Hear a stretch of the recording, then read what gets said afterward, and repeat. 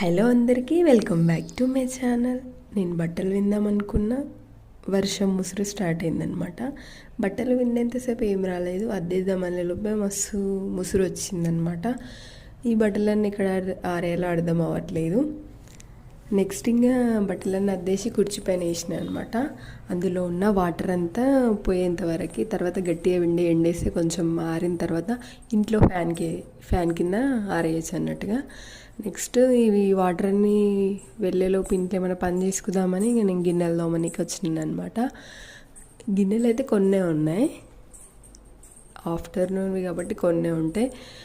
Kitchen మొత్తం clean చేసిన తర్వాతకి ఇంకా నేను నిన్న మా చిన్నగాని బట్టలు పిండేసినాను.